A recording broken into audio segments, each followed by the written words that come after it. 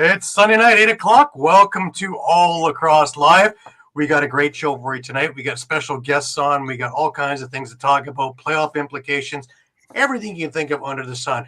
And especially we got Mike Cooper from the Rochester Bats back with us, and we have Elijah Gash from the Toronto Rock with us. So stay tuned. This is going to be an awesome show. But before we get rolling, just a reminder, as always, that all of our shows are streamed live across Facebook, Twitter, YouTube, Twitch, also Instagram Live. Remember to hit the subscribe, follow, and like buttons. Always share with your friends, family, people you work with, anybody and everybody. Please enjoy our affiliates along the Streampunk Network, which include the Pat Bernard Show, soccer and football shows, CFL shows, Streampunk Cinema, Streampunk Combat, all kinds of things. If you missed a show, no worries. You can grab all the shows on YouTube at either Streampunk or at All Across All the Time. And, of course, you can catch retro games, interviews, our library of shows, all kinds of things there. More stuff coming all the time. Remember, you can stay up to date with all sports by visiting streampunkentertainment.com with great articles from our huge staff of contributors. Also, a reminder that this part of the show is brought to you by 60. 60 is Canada's newest and most exciting sports uniform and teamwear brand, delivering top-quality uniforms and teamwear that reflects the spirit and identity of each team. Their commitment to innovation and excellence sets them apart, ensuring that every customer experiences the perfect blend of style and functionality. Unleash your greatness with 60. Also, add Lax Talk 10 for a 10% discount on your order. How do you get to them? Well, you can do the QR code that's on screen right now. You can email Jim at info.sweet60@gmail.com. You can go on Instagram. You can go to sweet_60, or you can go to the website at www.sweet60.ca/60. Quality stuff, guys. Quality stuff. All right. Well, without further ado, I want to bring on one of my guests. And, of course, no stranger to our show. And always a privilege to have him on, Mike Cooper. Mike, what's happening, man? Hey, how are you guys? How's it going?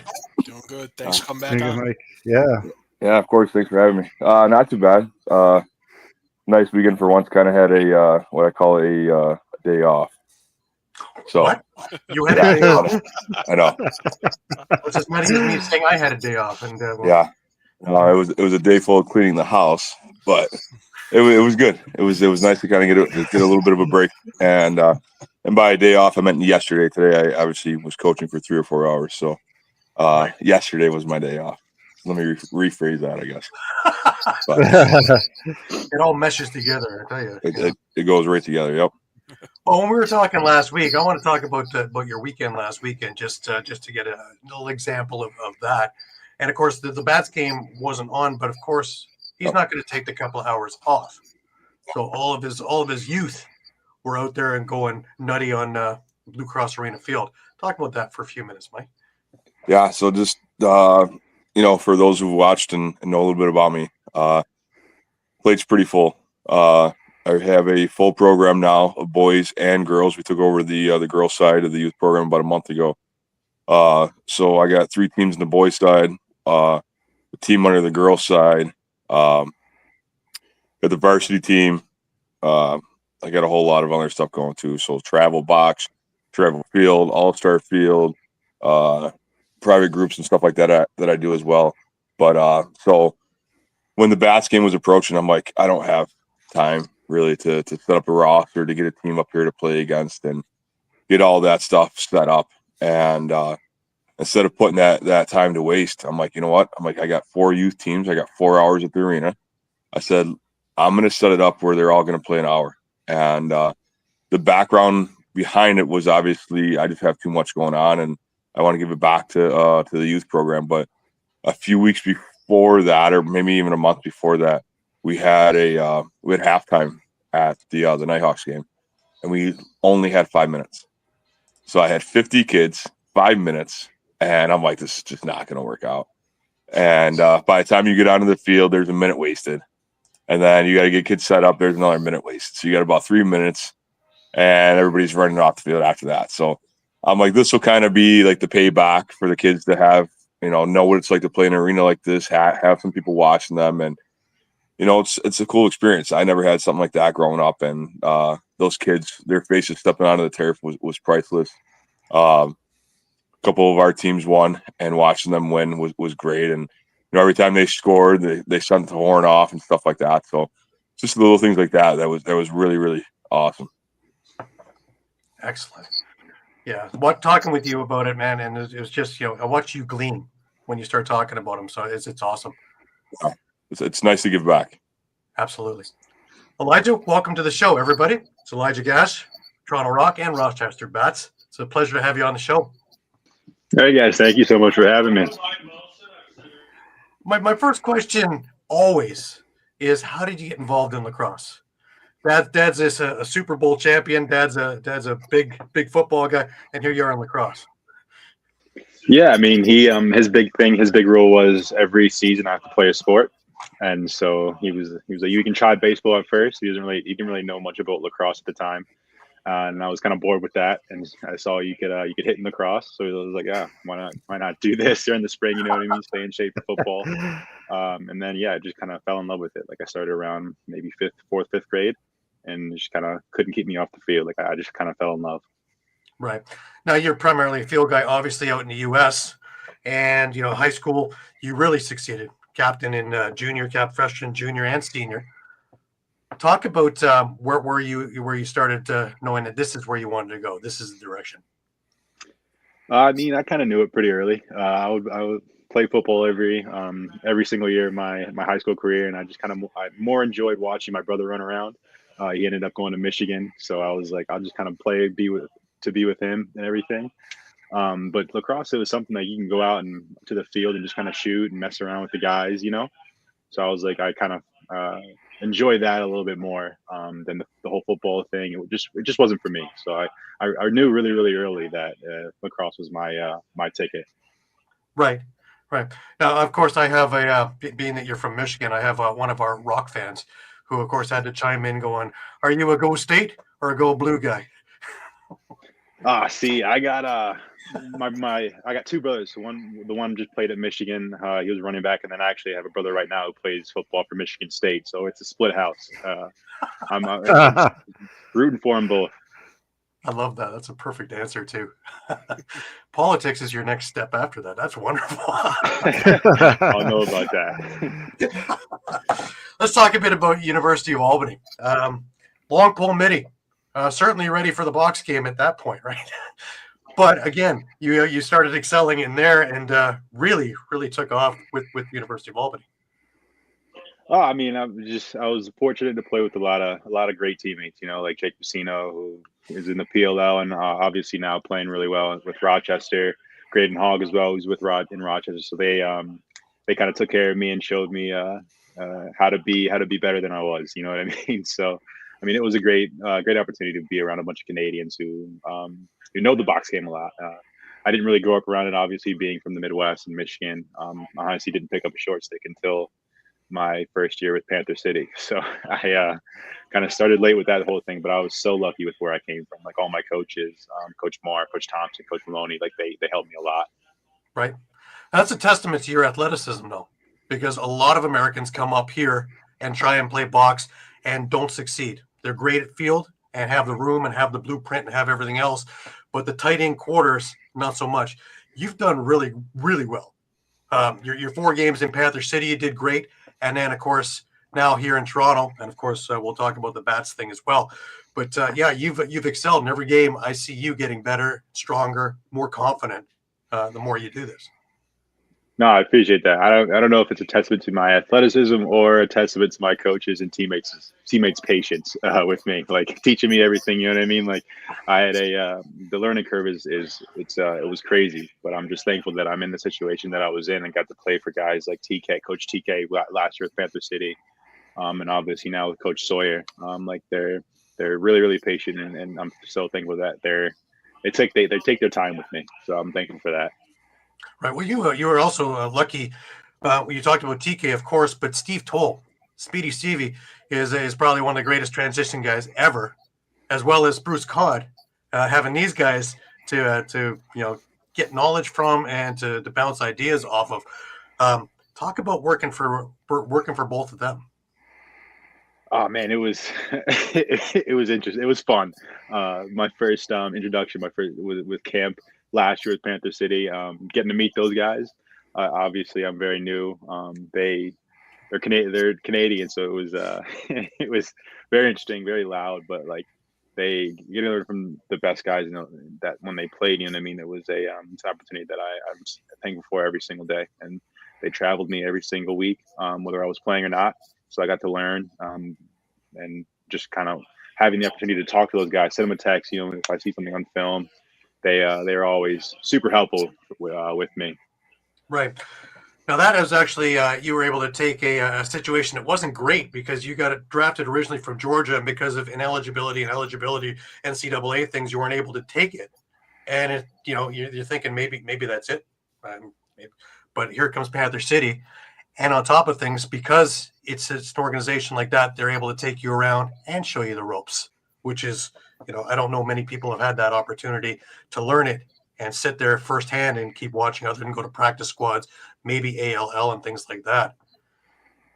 Yeah, no, I mean, I'm a strong believer in everything happens for a reason, So the way things worked out with my first draft with Georgia, unfortunately, I would have loved to play for them as well, but everything happens for a reason. I am so thankful that I got to be with those guys and that team and that organization for the year that I was. And it's a shame how it ended up, but I mean that's a team that's going to go down in history as one of the best. You know what I mean? The things that they were able to do in the short time that they were in the league, making playoffs and doing all that, having all that success. It was great. Right. You also had a chance to play with another really good Canadian in Josh Medeiros, and as part of the Brampton organization when he was still junior. So, don't own him as he's gone up. So it's great to see him excelling. But what a great guy to learn from and to be a teammate with. Yeah, no, I'm looking forward to seeing him this week too. We play Rochester on a Saturday, I believe. But yeah, all those guys, like I could name the entire roster: Brandon Goodwin, Mehdi, even on the offensive side, Phil Caputo. Like it's all the names on that roster. It's ridiculous, and the success that they're having now. It's just I knew that they were going to have it wherever they went when everything happened. Right. Now you get drafted by Toronto in the dispersal. And now you have a chance to come up here and you take a look and you see the Rock facility. Talk about your first time in there and just looking around. I remember when they first built it, and Jamie took us through for a tour and state of the art, everything. And it was like, wow, this is something. Why hasn't anybody come up with this idea before? Talk about being in there for the very first time. And here you are as a Toronto Rock. I mean, my eyes were wide the entire first, I think, 2 weeks. You know what I mean? Like, the locker room that they have a hot tub in there, cold tub, like two fields, a weight room. Like I was, especially the situation I'm coming from, not having played box, being able to get moved here, you know what I mean, and having that facility 10 minutes away, like it's a dream come true. And like I said, my eyes are wide still wide whenever I go in there, having that opportunity to go work with Coach Doss too. Like it's crazy, coming from Panther City, obviously being flown down every single weekend, whether we're home or away. Now I'm here. I have like a home facility. I have a locker, it's awesome. Right. You also forgot the one thing, which is really helpful to the team, is the chiropractor clinic at the very end, the medical clinic, which has done amazing work for everybody over the last couple of years since they've opened up as well. Oh yeah, I spend a lot of time in the clinic. Probably sick of me in there. But the season starts, and you're on the squad. You're a starter. Transition, and right away you start making a name for yourself because of your hustle and your physicality, and that stands out right away throughout the league. Talk about how getting more comfortable with the team and all the guys around there. I mean, yeah, like I be probably beating a dead horse, but having very little experience with the box game, like my dad I grew up with my dad saying the one thing you control, or the two things that you can control, is your attitude and your effort. You know what I mean? So having very limited stick skills and IQ on the box game, I just kind of tried to hustle everywhere. You know what I mean? And try to be open to learning everything. And getting comfortable with the guys, like, how they play, like, and being able to ask them in all honesty, probably dumb questions for them that a kid would ask, but they're kind of like open with me. And since the first preseason game, being with them and asking them in the bench, like, oh, what do you see here? What do you think I should do here? You know what I mean? Like, the guys are super, super helpful. And yeah, it's just kind of trying to find my fit in the game and however I can contribute, I want to contribute. You know what I mean? Like, whether that's going out and being aggressive or whether that's, some other way, just trying to find my fit. Absolutely. Now, how did you and Mike get involved and the Rochester Bats? Because, of course, before you came here, you worked with the Bats, and that was a great help to the box IQ as well. How did you guys first come across each other's paths? Yeah, no, I mean, he just got a DM, obviously, I think, right? I don't remember. I think I think somebody told me to link up with Gash, and I'm like, Gash, I'm trying to figure out. I'm like that brick house kid out of Panther City. They're like, yeah. They're like, he's up in Toronto or something like that. I'm like, all right. Sent him a text, and just from there, we were just right at it, and it worked out really, really well. Yeah, no, I'm so I'm so thankful that I did get that text. You know what I mean? Being able to go play in the Lax night with you guys, like, it was it was next. It was so much fun. Right. Now, Mike, refresh us all, because there was a special meaning behind this year's tournament and why you put such a strong team together to win this thing for Gigi Delorme. Yeah. Gigi was a little girl that had passed away in August here in Rochester. She's a good friend of my daughter's. Good. Their parents are just unbelievable people. Her and her twin brother, just unbelievable kids. She was a big lacrosse player. She was huge into gymnastics, but she also loved lacrosse. She did great at lacrosse. Her brother, I coached her brother for a while. Still coaching him now. He's doing really, really good. And I was always taught. I always played. Growing up, I played all over, but a lot of the meaning when I played was a lot on the reservations, and they always instilled in you that you always play for those who can't play anymore, whether they physically can't play or they're just not with us anymore. And as soon as I started building that roster for that tournament, and that's the first tournament that I wasn't going to play in, so I'm like, I need to find somebody that's going to match my physicality, and that's where kind of Gasher came in. But it was, we wanted to win it. We won it 2 years ago. We just lost out the year before to USA, and we shouldn't have lost that. We should have taken that one home too. But with the meeting with Gigi just passing away and stuff like that, I'm like, we're going full throttle with this roster. We're going full throttle for her. We had warm-up shirts made up with her name on it. I remember when we won the championship, Nate Grennan was yelling, "This is for Gigi, this is for 1-5," when we were taking our picture there with the trophy. So it was good. And you get a lot of people that play pro, and sometimes they just don't mesh. And you can add every single all-star in the NLL, but you put them on one roster, it just doesn't work. And the roster we had, just everybody clicked. Everybody had a great time. Everybody did their job on that field, and it was great. I mean, watching Gasher shut down a couple guys. I mean, he folded them.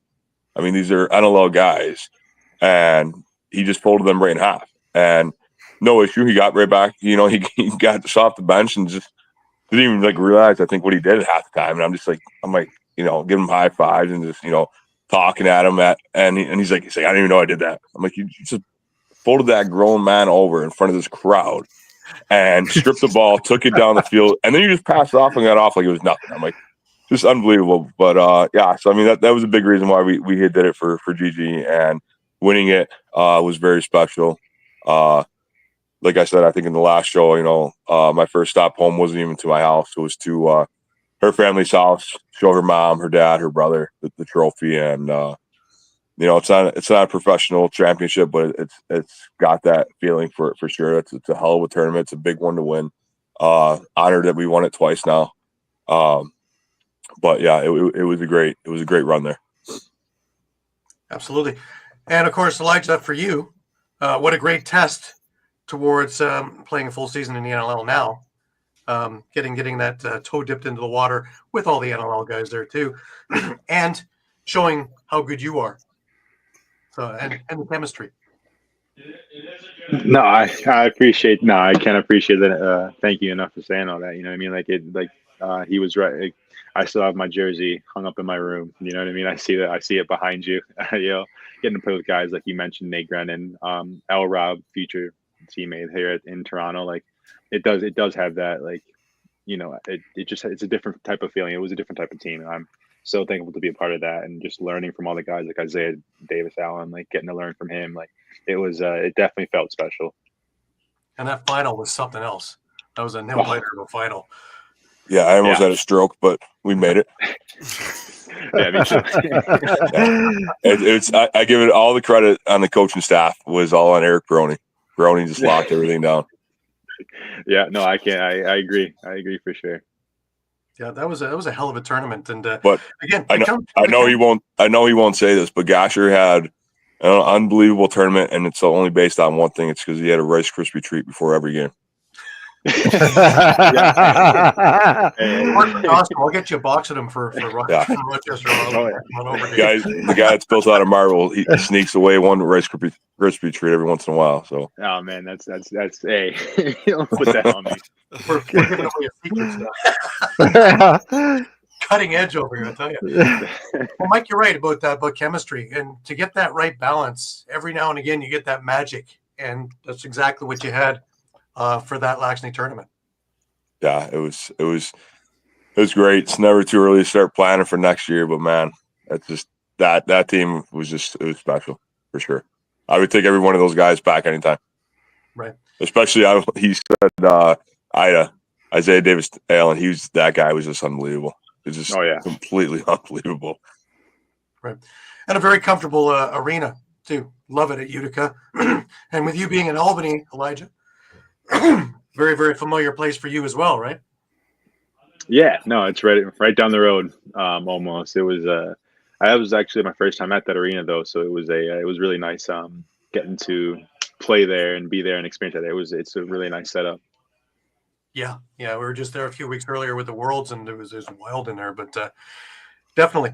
Now the season this year, Elijah, with the Rock, of course, it's not exactly what you guys had hoped for. Though, a couple of bounces one way or the other, and that record is the other way around. I don't know, 6 or 7 1-goal losses in the season. So, anyway, but there's so many positives that I was looking at coming out. First of all, you, Brian Cameron, 2 Americans that come onto the team. And the last time we got this excited in Toronto about Americans was Tom Schreider and Kieran McArdle. So, that's some pretty good company, I would say. Yeah, I would say so. Also, Josh Dahlwick coming into his own. That was another plus. And I've known Josh since he was a little boy. So, it's wonderful to watch him there instead of in the seats with us. So to see him have the season that he's had now, and actually, now he's a bona fide NLL star. So that's great to see. He's finally got his footprint in there. And then we talked about Nathan Grennan briefly with the Bats, and the Rock finally getting him over there, and he fits in like he's been there for 5 years now. He just fits right into that offense beautifully. Sorry. Talk about having him there. It's a little bit more of a comfort zone for you too, because of someone who and played with. Yeah, no, I mean, Grennan is, we call him the Energizer Bunny. He just doesn't stop going, doesn't stop banging. Every time you look down on the floor when he's out there, he's getting into it with somebody, but he's also scoring 3 goals a game. You know what I mean? And having him come up here and kind of join us after getting to know him down in Panther City last year, it's been awesome having him around the team. Like I said, he stayed at the house whenever we have away trips and we go to the airport together. He's a glue guy. He's a locker room guy, and he can also get you. He's a superstar, I think, especially in that Laxney tournament. He was next level. I think he's one of the best players in the NL for sure. And team is starting to see that, and guys in the locker room that we know it because we see him. We battle him every day at practice. Every time we have practice, he's always 100 miles an hour, and that just makes everybody else around him better too. So I think the Rock is super lucky that we're fortunate enough to pick him up and grab him, because I think he's going to be a star. That kid's all gas, no brakes. all gas, no brakes. There's literally never a break. That kid's just going that. I don't know if you got the video, but that one goal he scored at Lacrosse was just absolutely ridiculous. Between the legs, yeah, that was something. Yeah, that was just so ridiculous. Yeah, he gets more like energy than Mom. Too. He was like that in junior as well. And yeah. Oh yeah. The bubble season just after COVID was his coming out party. Us put him into the first round, and Panther City picked him up because he was just such a spark plug and such a fire plug throughout that 2 week. I don't know what you would call it. It was a marathon because I think you're playing twice a day every day for 2 weeks before you had your champion. To put a season in 2 weeks, it was nuts. But he put his stock way up, and he's never stopped since. If anything, he's gotten quicker. So yeah, I was surprised to see him released. I won't say too much about that stuff, but when I saw him get released, I'm like, "There's no way. What's going on here?" Yeah, no, and especially how personable he is. You know what I mean? Like he's with the fans. Like he is so charismatic. You know what I mean? Like he can connect with anybody. So I think he's a really, really good fit for any team that he's on. I'm lucky. We're lucky we have him. Right. Now you've been drafted with the PLL in the past. Has Nate talked you and Elijah to MSL yet? Maybe going to Coburg and jumping on with him. Yeah, I mean, with Victoria now, I'm going out there this summer, so I'm looking forward to that. But yeah, I mean, whatever. If I get to play with him anytime, I would love to do it. You know. Victoria's a good team as well, but I'd love to see an MSL this we can watch all summer too over in this area. Oh yeah, long career hopefully, so a lot of opportunities. Absolutely. Mike, we alluded to it just briefly about next year's Laxney and the Bats. What's in the thinking?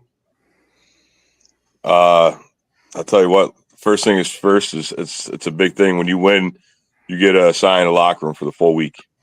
So we got our locker room all set, and then that's a pretty big thing. You know, you got all these guys that are taking their bags in and out for all these games in those few days, and it's a nice little advantage to have. So having that right there is key. But like I said, all the guys that were there last year, I want to have them all right back.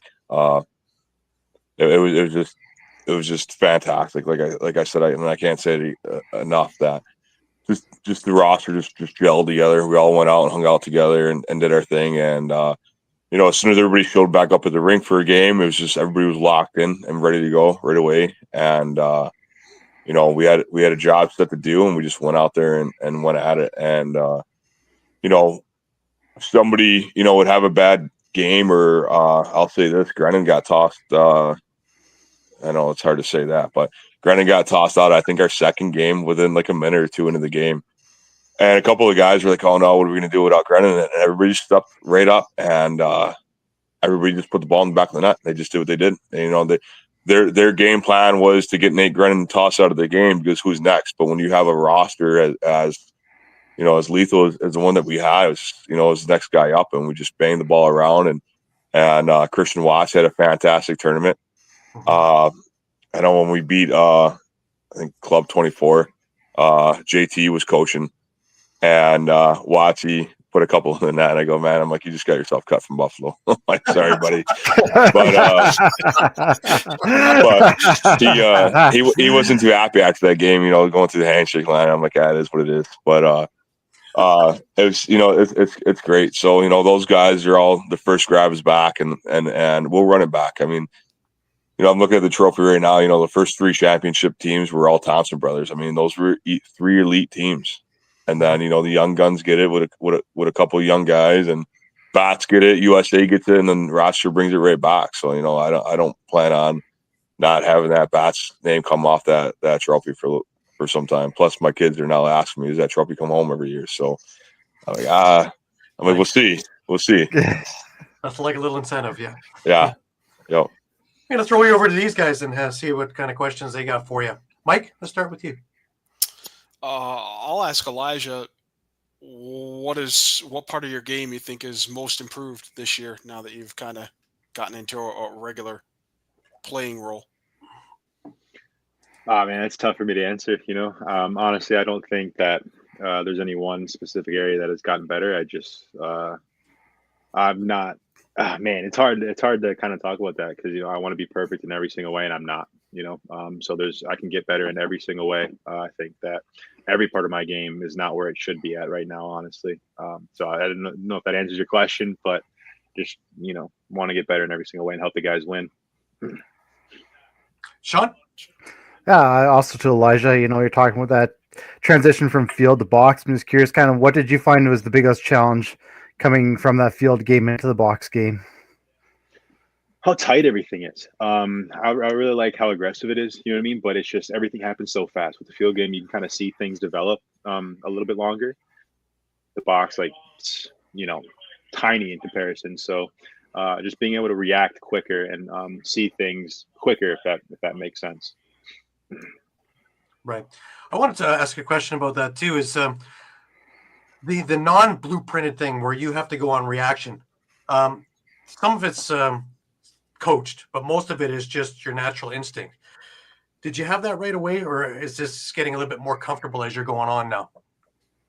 Definitely didn't have that right away, but having played the whole season, being able to watch film and just kind of see how every team's tendencies and especially our own tendencies, playing with guys, what they like to do allows me to react quicker to certain guys.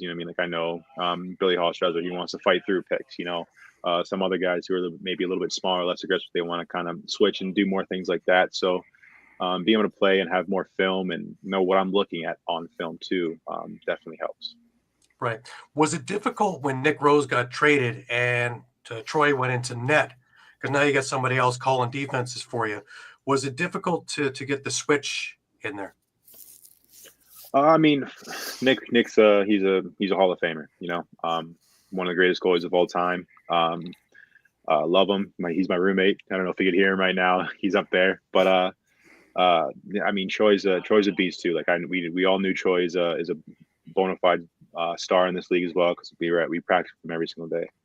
So I don't think it was that difficult having that switch just because he's a beast too.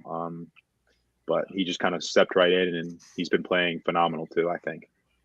Right. So that's another thing with when seasons go sideways a little bit. Jake Darlison get an opportunity. Troy Holochuk gets an opportunity. So we actually get to see what we have. And I think that, instead of looking at a half empty, it's a half full. And they can build now with the draft and with the picks and really bolster up what you guys have. And I think that the future is very, very bright for the teams that you're on, both Rochester and Toronto. Yeah, no, I agree.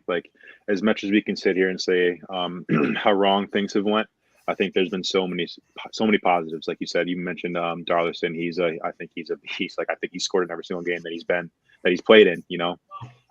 So yeah, I think there are definitely a lot of positives and for a bright future for us for sure. Absolutely. Still a big weekend coming up. You guys have two games. You have Halifax on Friday, which is always a tough game. And it's always a dirty game. So, on your toes for that one. And, of course, Rochester, you guys can actually play a little bit of spoiler of where they sit for their playoffs. Beating them might actually throw them into a series that they don't want to be in. So there's definitely a lot of incentive coming up this weekend, let alone also playing for jobs, right? Yeah, no, for sure. But it's the NLL. If you need extra motivation for it, then you shouldn't be in the league. You know what I mean? I think every week is just as big as the week before. So I think if we could just go out and bring the intensity that we brought in a lot of our games this year, I think that it'll be a good game for sure. Absolutely, I'll be there. I heard there's going to be a lot of Gash fans this weekend in Rochester. Just a rumor on the street. There'll be a lot of Rock fans up there, and there'll be some of us media guys in back there as well. So look forward to seeing you there. Yeah, Mike, no, see you there too, and maybe we'll have more than 2 minutes to talk at halftime. Yeah, possibly. We'll see. Well, always look up at this one section behind me. He was screaming from behind me the last game. I'm standing at the glass trying to get pictures. It's a good thing I was wearing my all lacrosse jacket. That's how I reckon. I'm like, man, that sounds familiar. Oh my God, it's Gary. And of course, wherever there's a nook and a cranny, I'll find a way to take a picture. Oh yeah, you're in there. You're right in there. Yeah, definitely. Mike, talk a bit about your coaching before we cut you free for a Sunday night. Yeah. Varsity's going hot right now. We just lost the other night. It's a very, very good team. Can't think what the score was, but it was one of those games where that team is really, really good, and me just taking over a program, it's hard to prep them for a game like that. And the girls came out and they did really, really good. After halftime, we kind of dropped back a bit, and we ended up losing. But there's a coaching standpoint, especially my first year, and it was a win. Our starting goalie had 16 saves. Our girls on offense were moving the ball around. Our girls on defense were none of them were really starters up until this year, and they were locking down the key players right away, and it was pretty good. It's very exciting for me. Again, being the first year with the program, to see these girls adjust to me as much as they have. Practices have been great. Games have been even better. We got this week off coming up, so we got 5 more practices to get dialed in, and then get the weekend off, and we got a home game. Our first home game will be next Monday. Luckily, being up to Rochester, we haven't had any of our games canceled yet.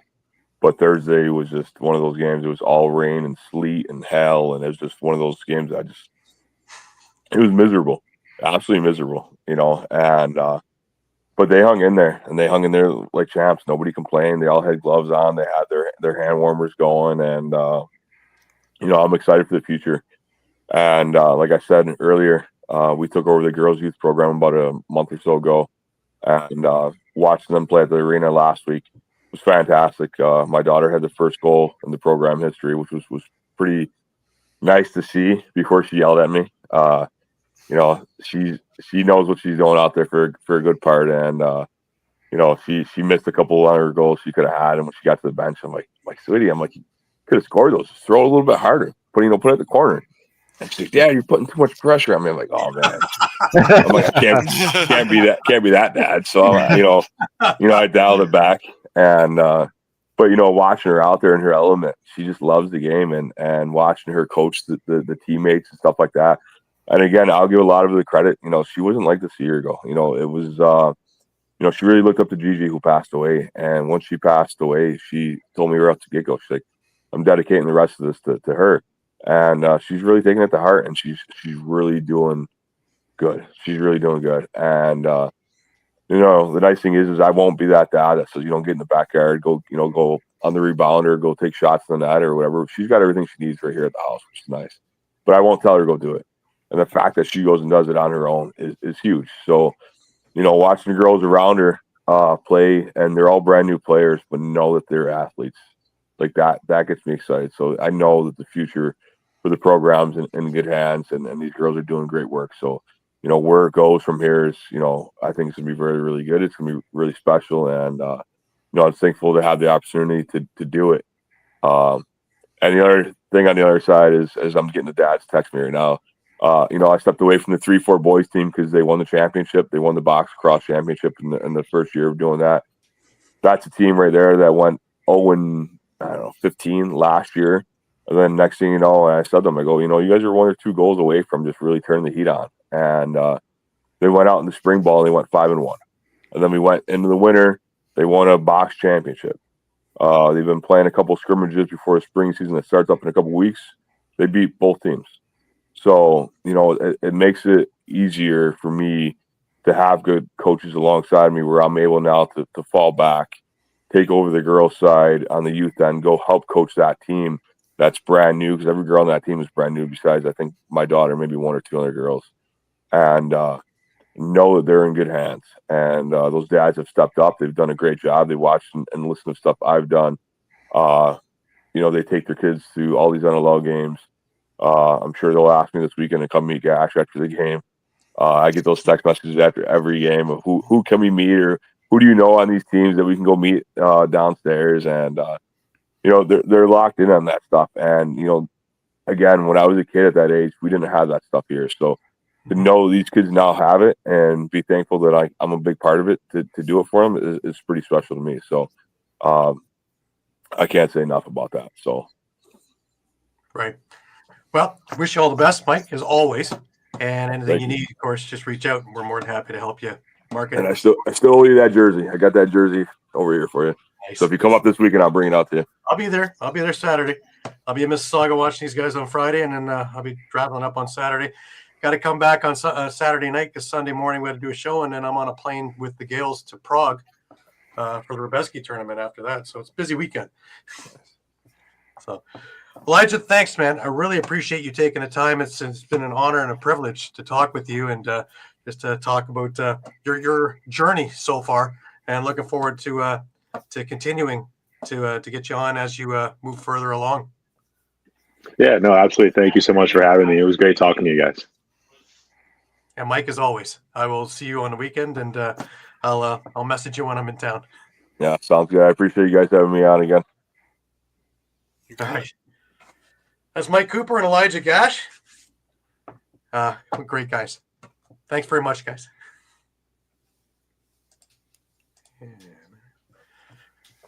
Great guys, huh? Oh yeah, good stuff. Well, before we get into the NLL, I want to get to a couple of small things from the ALL. They announced their finalists for their awards. For their MVP, they was Cam Milligan, Lucas Coote, Parker Pfeiffer. I honestly think they missed on this one. I think there's one more that should have been put on there, and that was Curtis Ward. I had a chat with his dad on Friday, and he brought me up, and I was looking at the numbers, and he's top 4 in points, assists, goals, shorthanded goals, a top scorer if you exclude power play goals. Plus, he had a big part in Brampton winning in the final. So, I don't know. I think maybe there should have been 4 finalists for them to choose from in that category, but well, I know him.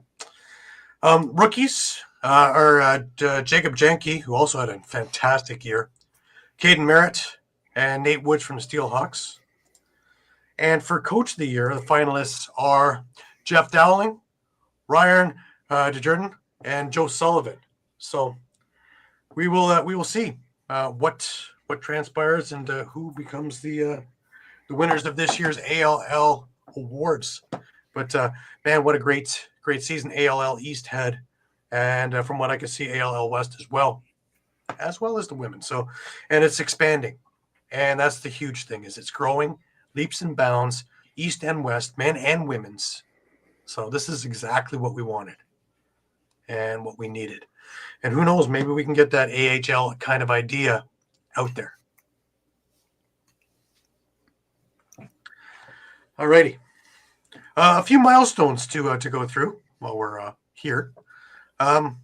Jeff Teat with a monster game.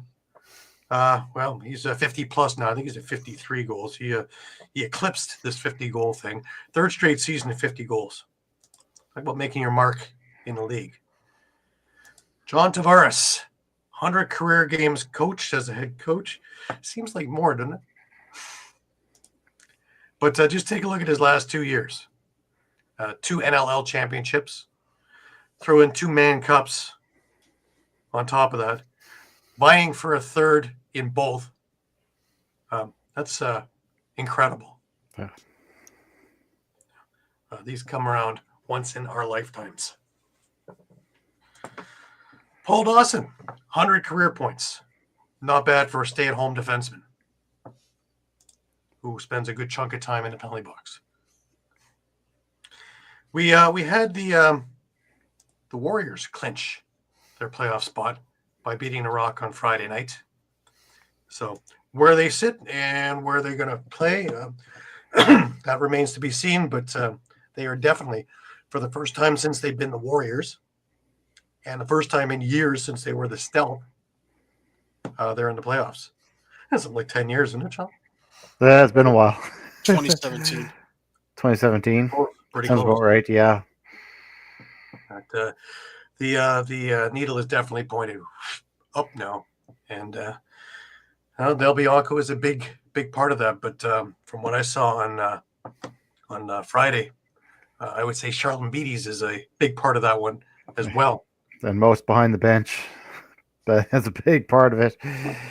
Mouse and also Bob McMahon as well as Rob Williams. Yeah. The threesome there is just it's an incredible mixture there of coaching and all the years and all the championships amongst the three of them. You know, winners win. Winners just find ways to win.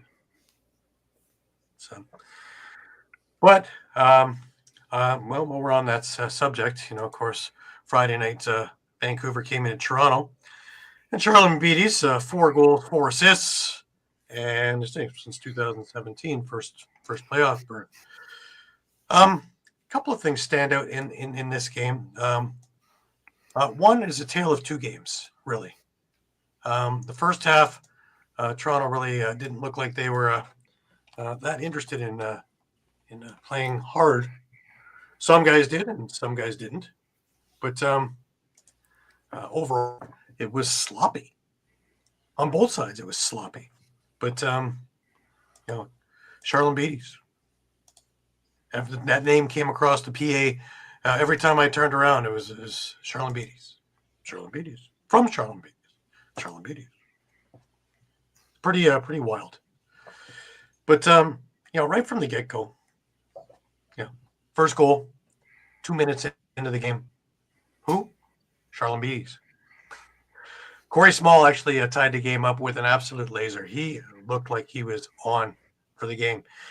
But the Vancouver defense, I would say Del Bianco, but you know what? It's like Buffalo. The defense who don't get enough credit are putting guys in positions that Del Bianco gets the shots he wants and can make these saves. So when you're seeing 40 shots, you know, 30 of those shots are in places that he can handle them fairly easily. 10 of them are absolutely ridiculous saves that you just sit there and go, what? But, you know, I give a lot of credit from watching that defense. Charlene Beatty's makes it 2-1. Then Josh Dawick, just with an absolute laser.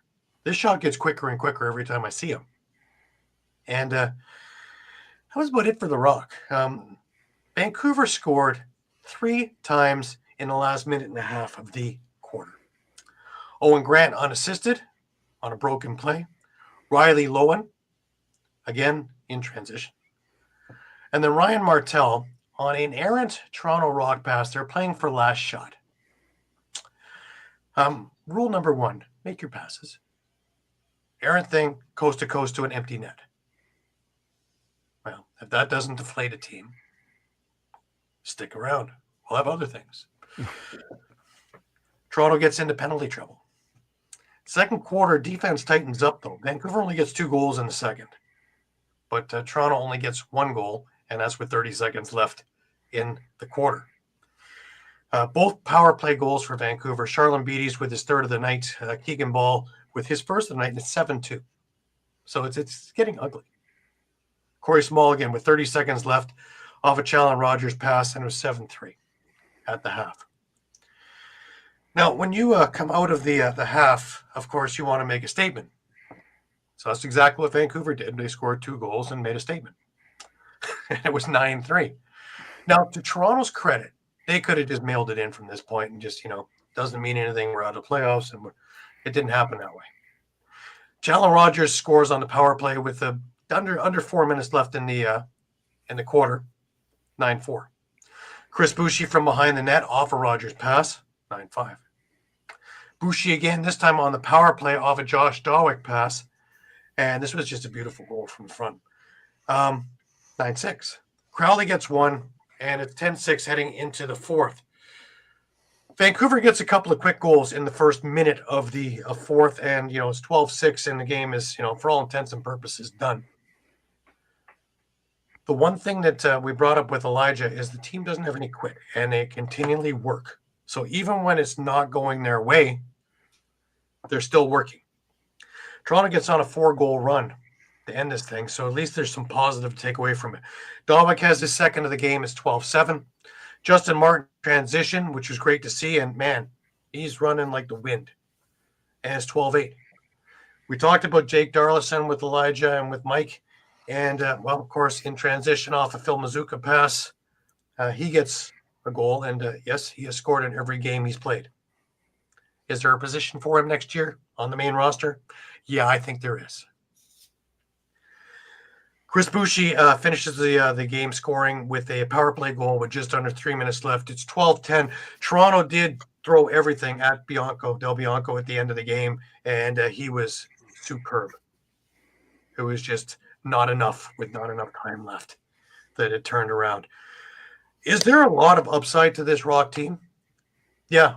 Are they making some mistakes? Yeah, they got a lot of younger guys in the lineup to see what they've got, and they're going to make these kind of mistakes. But do it now when it doesn't really matter. Get these things out of the way, get the tape out, practice it, and you know what? With a couple of draft picks, I think this team is back on track. And of course, without 1,000 injuries, which I think they're just under the 1,000 mark now with injuries. Because again, Erlin and Schreiber weren't playing in this one, so you didn't have a face-off guy, and you didn't have your leading scorer and your heart and soul of the offense in the lineup yet again, which is at least half of the season for both, right? And it showed because face-offs 22-5 in favor of Vancouver. Penalty-wise, you know what? It was fairly even. Vancouver went 2 for 5. Toronto went 3 for 6 on the power play. And I really thought the refs were being nitpicky on some. I know Gash took a 4-minute one because Subak wouldn't drop his gloves with him. That's correct. Subak wanted no part of Gash. Got his face mask ripped off. Yeah. That altercation. So, yeah. But hey, I would have loved to. I paid money to watch that. But no such thing. When was the last time Subak stepped back from a fight? Yeah, didn't want to fight and didn't want to go nuts and do all kinds of other things. Yeah. But hey, it is what it is. Vancouver comes away with the 12-10 victory, and with that, they clinch a playoff berth. Toronto is now officially out of the playoffs, but can play spoiler and can have a real say on who's playing who in the playoff rounds. So there is some fun, for the Dr. Demento fans. Anyways, hey, you know what it was, guys? It was Yacht Captain Hat night. So, of course, yo ho ho, and a bottle of rum. Ahoy.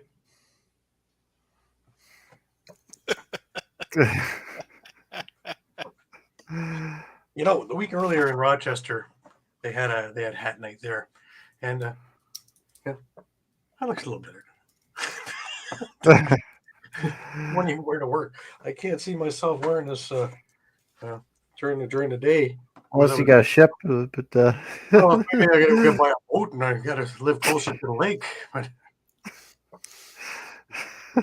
well, that hat deserves a proper caption here. There we go. oh God, good for you. Anyways, let's move along, shall we? We're gonna have Pat Bernard with the Wings Nest on soon, but why don't we go on to the Ottawa Vegas game, and of course, Jeff Teat explodes for a career high 8 goals, and leads the NLL now with 53. Everything you always wanted in a leader, and then some. Now remember, the week earlier he was shut down by Rochester to 2 goals, 4 shots. If you're a betting guy, this is exactly what you knew was about to happen. When you plug up the drain and the water builds up, eventually, and that was the scoring. Yeah, most certainly. And he had a sock trick by halftime. So, obviously there were the thoughts of, hey, could he break that single game record or match it? Didn't quite get there. Matched the high for the year, and I'm going to mention it while Caden's not here, for goals in a game. Stir up those memories just yet. He finishes with 8 goals and an assist. It includes like you said, his 50th of the season and the 200th of his career. So, Connor Kiernan had 2 goals, 2 assists. Riley O'Connor, goal and 4 assists. Taggart Clark, goal and 2 assists. Travis Longboat had 4 assists on the night. And Zach Higgins, 41 saves.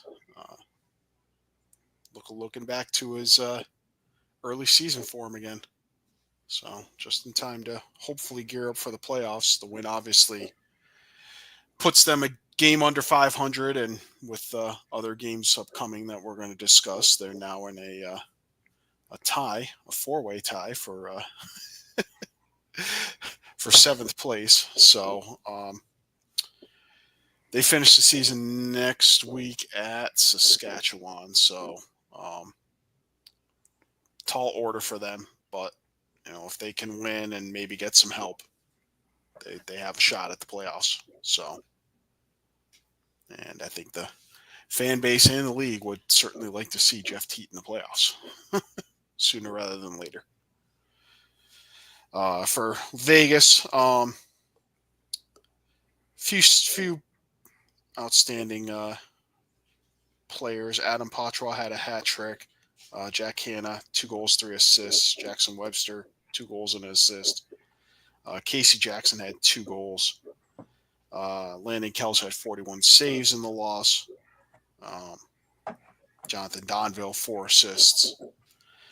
And Vegas has they've pretty much locked up last place, I think, right? Mm-hmm. They did. Unless they win and the Rock lose out, right? And Yeah. Either way, Toronto gets that first pick. So.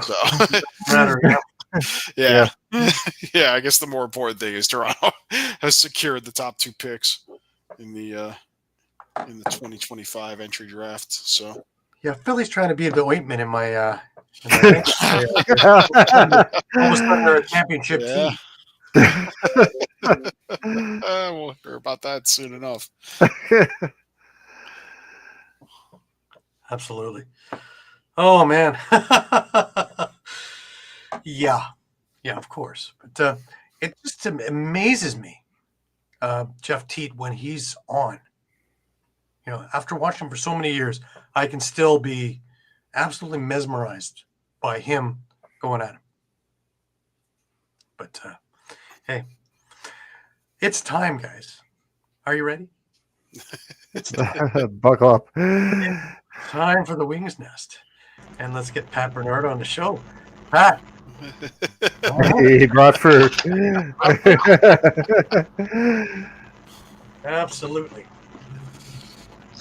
You're trying to mess with my picks here, Pat. And I don't mean my pick'ems. You're trying to mess with my draft picks. I have 1, 2, and 3. If I wind up with 1, 2, and 6 all of a sudden, what's going on here? I'm going to send Elijah Gash to come visit you.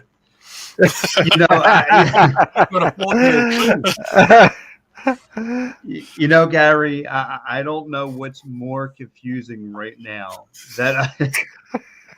Now you look like tugboat. Yes. Now you got the tugboat going on. But Gary, guys, Mike, Shawn, strippers too. yeah. You're gonna do that singlet. What gets me is this game. I think more Wings fans are confused. The ones I've gotten on the elevators with, the ones I've been chatting it up with, and they're all confused, and they're asking the same question. Everyone, the entire building's been asking, where was this Wings team for 8 straight weeks? They put on a clinic, especially in that first half. They were scoring.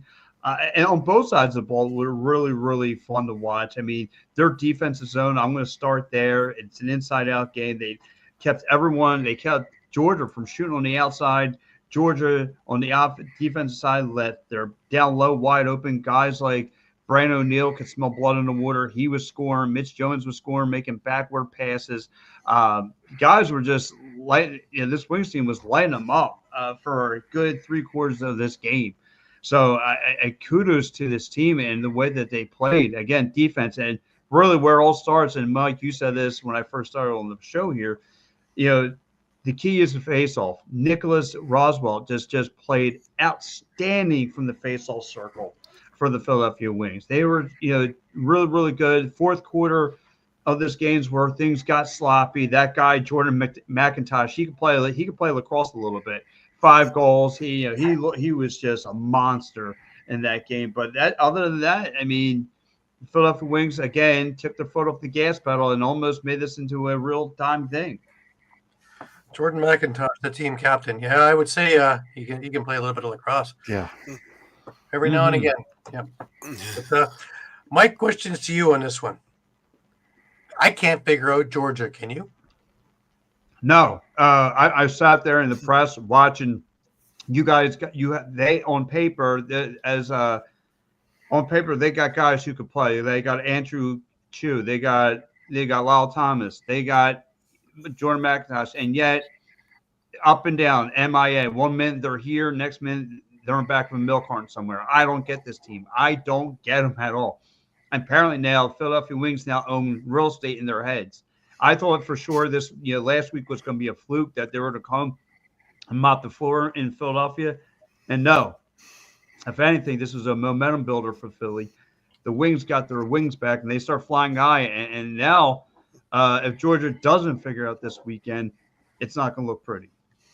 They might be out of the playoffs. This might be still. Yeah. Yeah. You better figure it out fast. But this is again when you're talking about a team that's losing by 11-3. It's not Georgia that pops into my mind for that game that they're going to be down by 8. Midway through the third quarter. That just doesn't sit with me. That what is wrong with? And you have a premier goalie in Brett Dobson. You have all kinds of scoring, and yet when you look at the score sheet, all you see is Wings run, 1 Georgia goal. Wings run, 1 Georgia goal. Wings run, and this goes through quarter after quarter after quarter. It should be the other way around.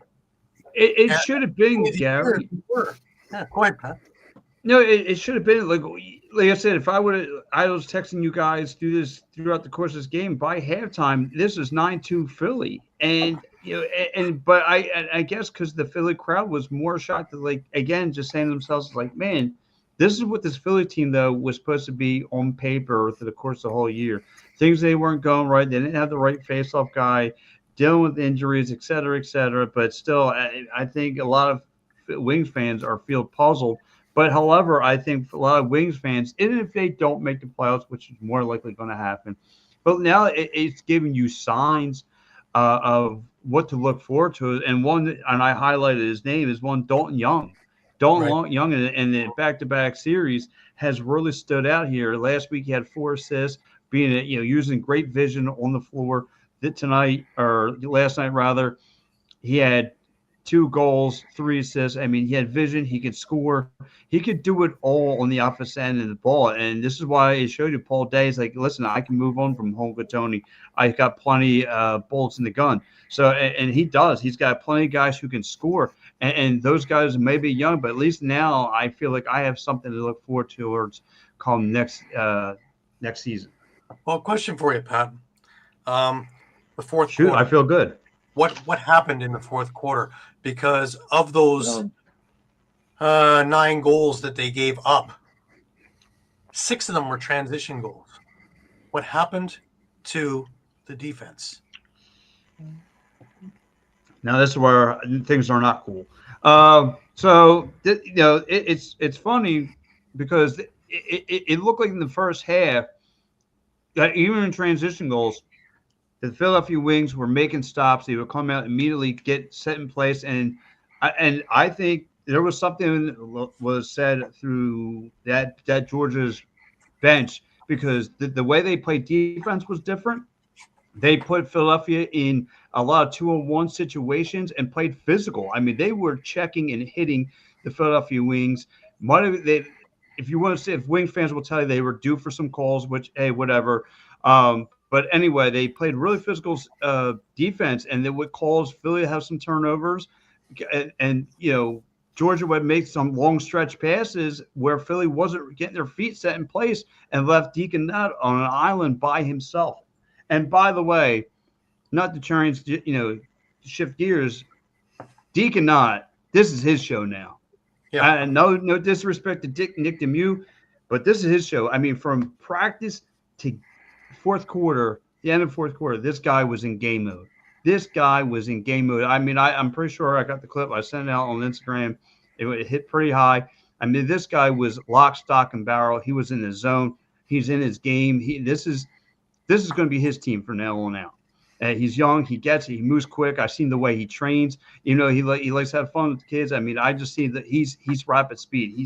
He's like an octopus between the pipes. He doesn't let much go by him. So he played a really good game. Very low key guy. Too. No. Known Deacon for a long time. Very low key guy. Very, very level headed kid who has got everything sorted out. So is not going to see that. Oh my God, He's not one of those guys who are nutty cuckoo. He's very, very level headed. If there's something to really take away from this thing, though, Philadelphia with 12 penalties in this game. Now their penalty kill was great. Georgia only went 2 for 12 on the penalty on the power play. But 12 penalties, you go against a Buffalo and you're losing by 10. Oh, yeah. You can't be making those mistakes again. I've addressed this issue. They went back to the well again and going back to that penalty kill way too much, getting too much comfortable. And listen, kudos to that Georgia team for getting inside of Philadelphia's mind here, because I've seen a lot of fights where Philly they baited Philly to draw some dumb penalties, which Philly did. Pulling sticks. Again, I saw a lot of stick pulling calls. Plays on Philly. They went to the box on that. So again, Philly didn't really do a great job on the penalties. Like you said, you're lucky this ain't Saskatchewan. You're lucky this ain't Buffalo. You're lucky this ain't a top tier team, because they would make you pay the piper on that, and you can't be doing that. So you're lucky in that. But yeah, that's something that they're going to have to desperately work on the next year, is to be fundamentally, staying away from the penalty box. Right. Shawn, a question to you. What's wrong with the Georgia power play then, if they can't score on 12 opportunities? Yeah, and that's a great question, isn't it? Because it goes back to exactly what we said before. Like, you look at all that firepower that Georgia has, and I just particularly just look at the Thompson brothers, Lyle and Miles. If you're holding them to 4 points, in general, we're not even talking about power play. That's an issue, and I really wish I had an answer for that, because there's really should be no reason for it. And the same as like Pat said on the other side. I mean, if you're looking at a team like Buffalo or a Saskatchewan, even a Halifax, 12 power plays, a top tier team is going to eat you alive if you give them opportunities like that. Oh God, yeah. That's why I wonder, with all the firepower that Georgia has, they had 2 power play goals, and one of them came at the very end of the fourth. Doesn't make any sense to me. There are something's not right in there, because this isn't the 4-0 team that we were looking at the beginning of the year. No, I don't know what I can't put my finger on it, but I can't seem to get him right in the pick'ems either. I don't think they can. Well, that's why I have a hard time with the pick'ems, is because this Georgia team's been so inconsistent, right? Like, they'll come out with a game like this, but then next week they could look like a playoff team. You just don't know which Georgia team's going to show up. I don't, and Mike got it right. Yeah. What a Caden. Yeah, look at Mike. Caden killed us. Yeah. I did pick Philly. So, but Pat and I are sitting on top. Comes down to 1 week, Pat. 1 week. Yes. And don't forget, I was like the wings for most. I was like the wings for most of the throughout the course of the league. I was at the basement for a majority of this year. But listen, though, like I said, there's a lot of positives you can take away from the Philadelphia Wings. You got a lot of stuff to look towards to next year. A lot of young guys look like they're going to play. Dalton Young, Brandon O'Neill looks like he's going to be there. He made some good plays in this game. Phil Caputo with 4 goals, showing he could be a number 1 scoring option. Looks like he wants it again. He getting a lot of rebounding goals. He was down low, causing a lot of havoc down there.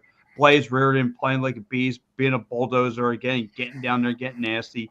Mitch Jones facilitating. So you have a lot in for this game. And now it's hopefully they could go up to Vancouver, take care of business, and then, like I said, they could say their prayers, drink their milk, and take their vitamins, and hopefully they can find themselves in a playoff spot. Well, speaking of teams that are looking really sharp at the moment, let me just bring on in the Wolves Den. Let me bring on Caden, who Mr. Perfect over here. Yeah. You're killing me. You're not dead yet. Yeah. You know what? Mm-hmm. Yeah. Yeah. Yeah. That. Yeah, I just needed a week like that, and it was over. But nope. So just Yeah, my who you got scum. Excellent. the only wooden stick I'm going to be seeing lately. wow, that was interesting. Yeah. Yeah. Because I didn't think it was going to turn out that way, and kudos to them. They found another gear right around the time when you were texting us that if they can just get another power play goal, and well, lo and behold. I mean, you talk about the power play. Let's start there. Something that really has been an issue for Albany throughout the year has been the power play and the consistency on the power play. Now, they went 4 for 5 last night, which is probably the best I've seen them do this season, especially in like a must-win game. Mm-hmm. I always love looking at the updates on who could potentially make the playoffs, and I saw that coming into this week, it was a 3.3% chance for Albany to make it, and after that win, they're at now 20.6. So you can't kill us. And I mean, you flash that graphic. I mean, Ty Kurtz, what can you say? Like, Abraham with 6 goals. Yeah.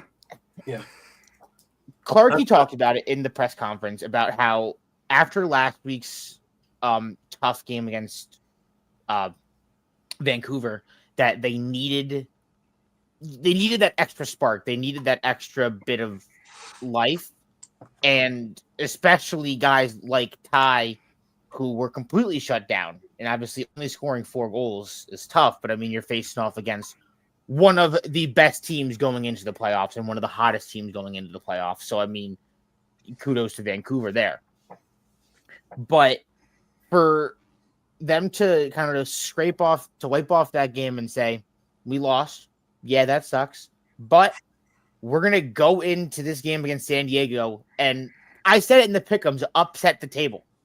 And now it's all wonky, and Albany has a shot. And not only do we have a shot, I'm calling it now. We're making the playoffs. We will beat San Diego And in we'll San get Buffalo Diego. in the first round. Then, yeah, that's a nice consolation. For us. Not necessarily. They can still climb as high as 7th place. That's So they can Saskatchewan. avoid Buffalo. Another fantastic. Saskatchewan. I'm just saying, they can avoid Buffalo. So We had It's a that long amazing trip to get. game. Never mind. My question is, what happened to the San Diego Juggernaut? 2 games in which they have to win to get in, and 2 games where they cough up fur balls. So, I want to talk about them coughing up these fur balls, and I'm going to look at the big 4. Like, Mike, you and I were talking about this prior to the game about 4 names to look at to shut down. Obviously, Westberg, Trey LeCaire, Rob Hellier, and Ryan Benesh. Those 4 only scored 2 goals in that game. Mm-hmm. Those 4 combined only scored 2 goals. Yes, Hellier went off with 4 assists, which obviously you can't contain someone with assists. You have to be on them the whole night. But to stop those 4 who have been popping off each and every week leading up to this night, that's huge for Albany. yeah, and I'll point out real quick.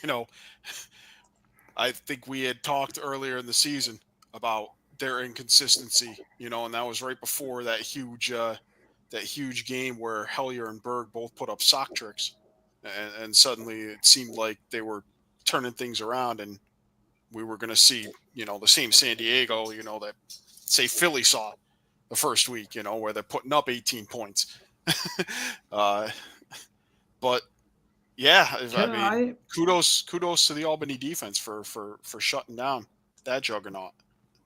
Pat, go ahead. Can I state something out? No, could this do with Pat Cavanaugh making his first NLL debut with the Seals and trying to figure out the box game? You got a goal. Does that play? I Did they get a goal and a couple assists? There could be a little bit to that, but that's a pretty veteran lineup as far as the front end.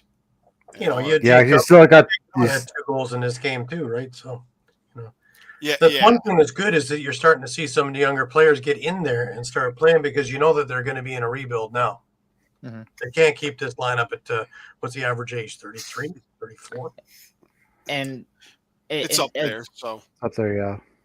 You always, when a rebuild is potentially going to happen, you're going to always look down to the netminder. And last night, after that weird collision in net, I did hear that Regulari did go to the hospital. I'm not sure as to what was said or what the diagnosis came after. It came about with 9 minutes left to go in the game. So they did let Poulian.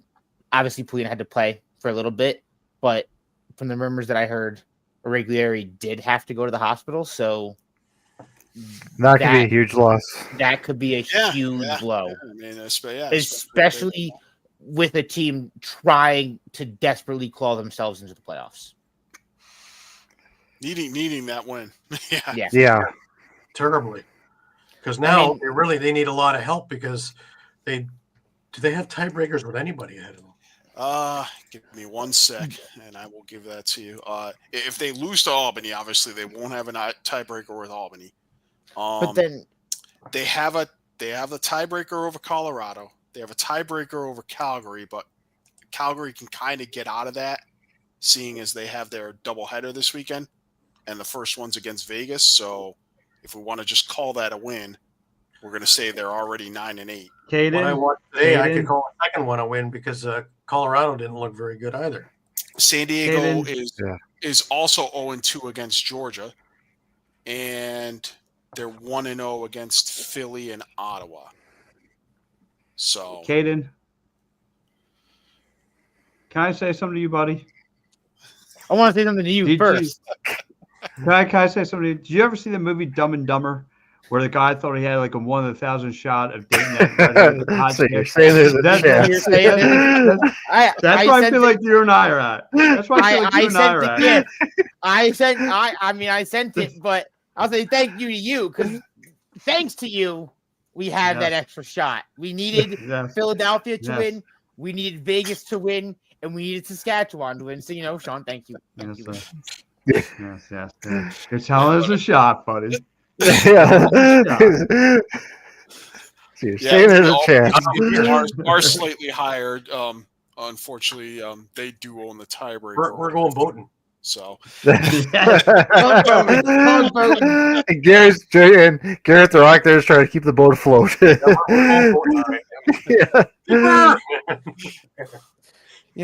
And 3-hour tour. There was a point in the game that for at least scared me, and I did ask Coach about it.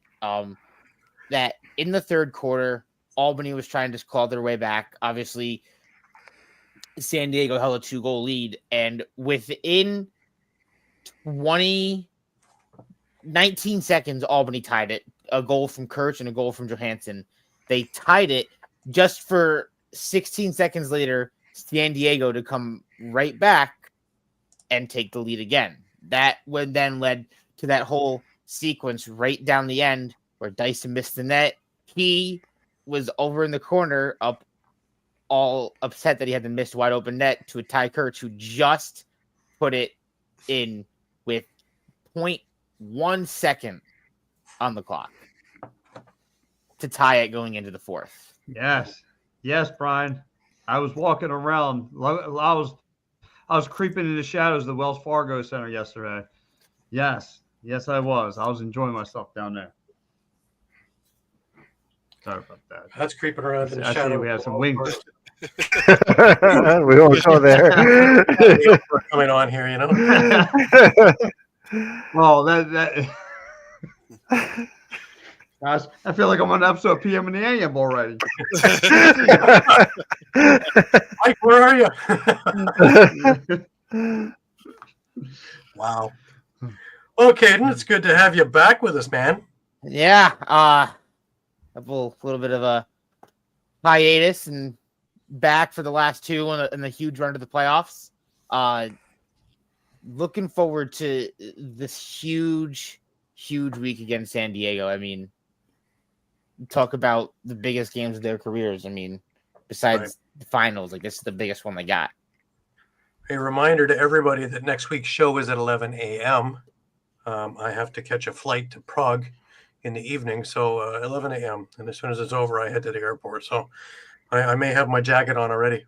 That's nothing new. I've had it coming off a plane, so might as well get it. As long as you have that cap hat on. Yeah. Well, you know it.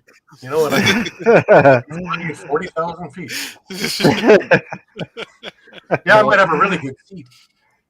Look at that. If you're hoping I'm driving us over to Prague, oh boy, the bar car better be open and free. Who's driving? What? And I keep looking for fifth gear.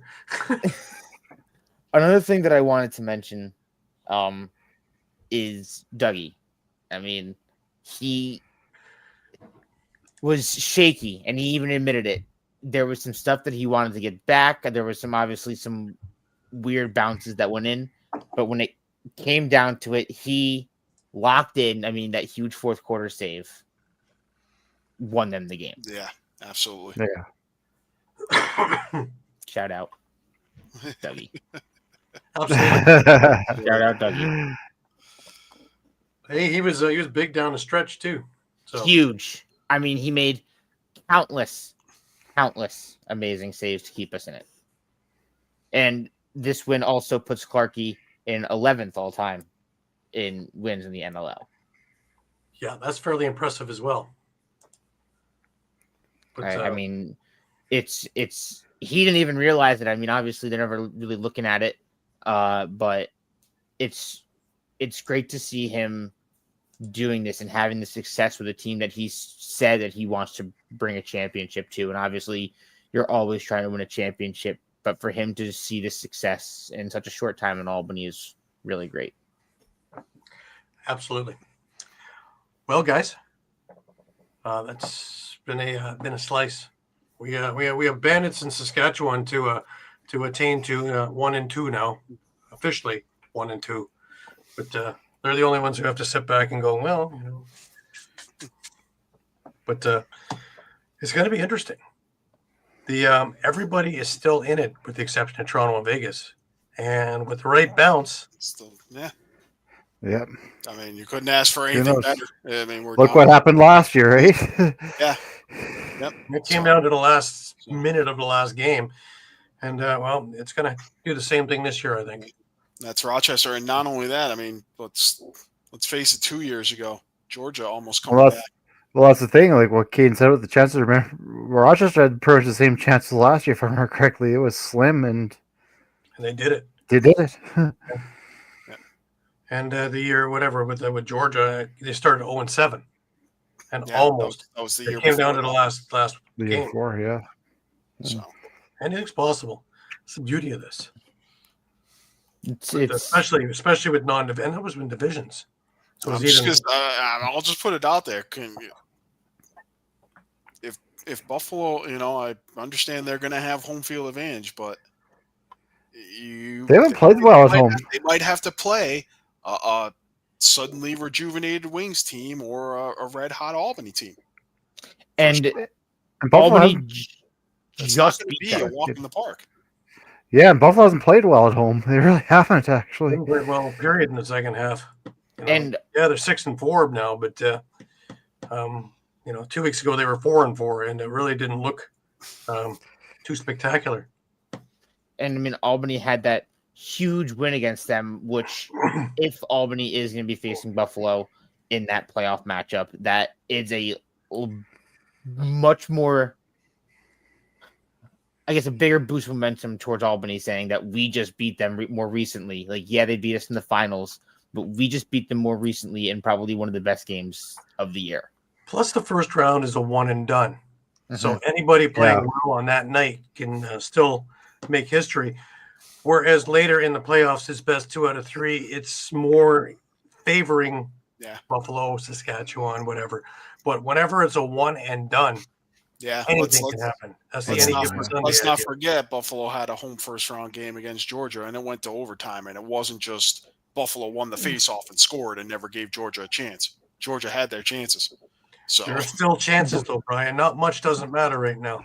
We're hanging by a pinky. 1 week, We're hanging by a pinky, buddy, but we can climb this mountain. We are hanging by a pinky. All you can do is win their game and then hope for the best, right? So all you can do is do what you can control. The last I saw, the Wings have a 1.6% chance to make the playoffs, which is 1.5% they did last week. Yep, exactly. But hey, listen, look, if the Wings somehow sneak in there by a miracle and grace and all that stuff, I would still say, because I expect they're going to have an early exit, but still making it on the way how the season went for that team, for the way that the Wings went, as far as kind of went down a dark tunnel and climb out of this hole, I would say that's an accomplishment within itself. I mean, I would be okay with it just getting to the playoffs. They would make my expectations of just getting there. I'm cheering for Philadelphia to make the playoffs just because I know. Yes, he was number 3. Streaking down the streets of Philadelphia. Yes, come down Broad Street. Yeah, right down Broad Street. And with Philadelphia's finest chasing right after him. It's going to be an exciting thing. I can't wait to actually see the NBC News. Runs right by City Hall. He's going to do it actually at a quicker clip than Rocky Balboa did. Yes. Hey, listen. Right by Wanamaker's or whatever they call it. Listen. If it happens, if I gotta go streaking, whatever, it's gonna happen. It's gonna happen. Listen, you're gonna get scarred for like a half hour. Nothing to see much to see there. You know what I mean? But it's gonna be a good time. It's gonna be all worth it. Yes. Yeah. I mean, what happens when you take comments out of context? Yeah. the big key for the Wings, just for stay out of the damn penalty box. For Brian, who's asking, they want to get into a tie with. They want to have Georgia and Calgary in that tie at 8 and 10 with them, and they want to not have Albany in that tie. Right. So that would require Albany to lose San Diego so that they finish 7 and 11. But I mean, those are the big ones. Colorado, they don't hold a tiebreaker over. San Diego, they obviously don't hold a tiebreaker over. So they need to get enough teams in that tiebreaker where those 3 wins against Georgia and Calgary, count the most. Mm-hmm. Well, you gotta hope, just like I said, I hope that a lot of these guys are not going to have have stars resting and all that stuff, healthy scratches if you want to go to hockey terms. I just got to hope that the other teams could do us a favor, get us in there, whatever. But we'll see. We'll see. Yeah, I can guarantee with Vancouver, they're not going to be resting. Yeah, they're not resting. No. They want to go in full tilt. Because they can jump to the 3 seed and they can guarantee themselves a whole playoff. Halifax has not done that. So and Wings beat them already on Martin Luther King Day. We could do it again. Let's go. I mean, if you're Vancouver, I'm thinking the last team you want to face is Rochester in the first round, even if you're home. So I think if I'm Vancouver and I'm Rochester, I think they're trying to avoid each other if at all possible. Somehow, some way. That's 2 red hot teams. One-off showdown. Mm-hmm. All right, guys. Appreciate it. We are off to Buffalo.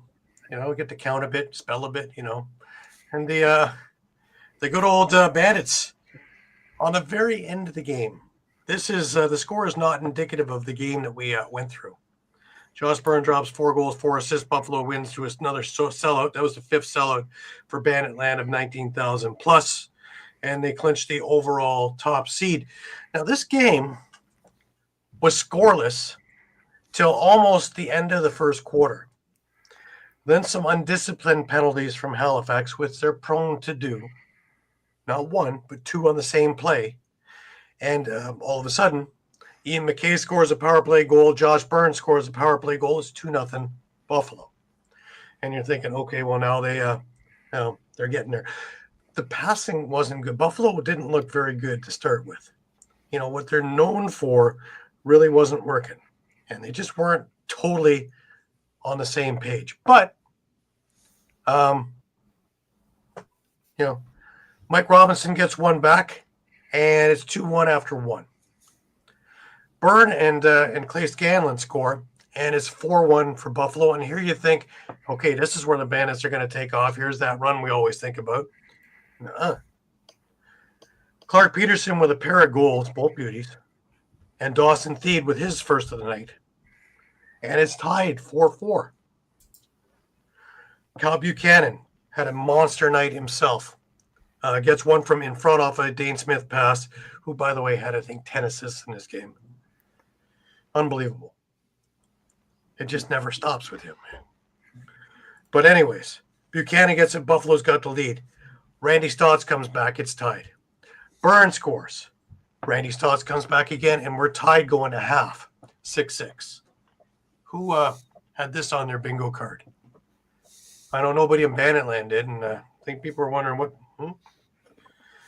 No. Of course, out of the dressing room.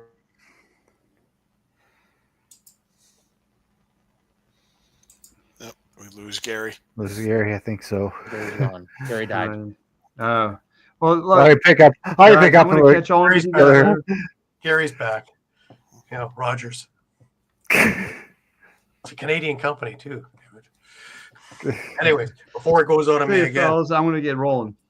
Pat, have a great Okay. one, man. We see you next Take care, week. Pat. See you, buddy. No, Cal Buchanan gets there and say it's 8-6 Buffalo, right? Dawson Theed scores 8-7. Chase Fraser with an absolute short side howitzer.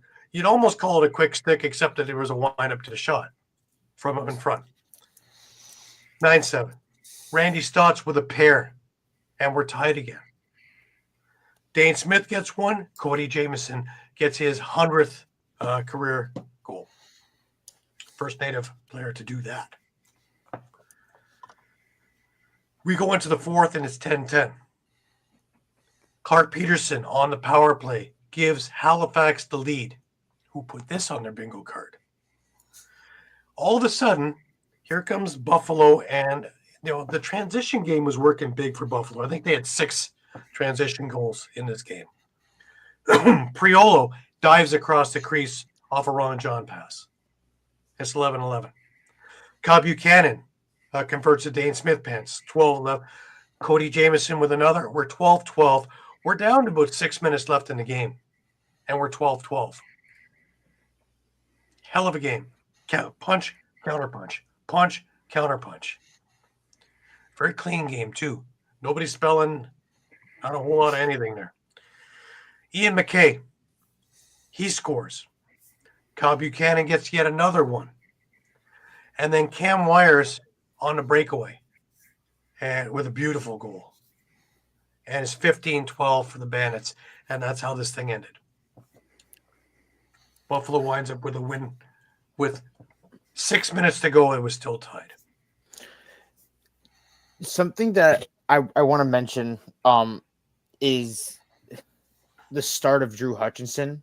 Is that last week, obviously, Halifax had the rough start with Warren Hill at the start, letting in, I think it was 5 goals on 8 shots, I think it was, to then put into Hutch. And Hutch played very well up until the end, obviously, securing the win. But for him to start outright, I feel like for Halifax, it's kind of saying that it might be time. I think they're starting to say it's finally Drew Hutchinson's net to lose. He played great last night. He really did. This loss was not his fault. Yeah. He played really, really well. He did. On the other hand, Matt Vince made 51 saves in this game.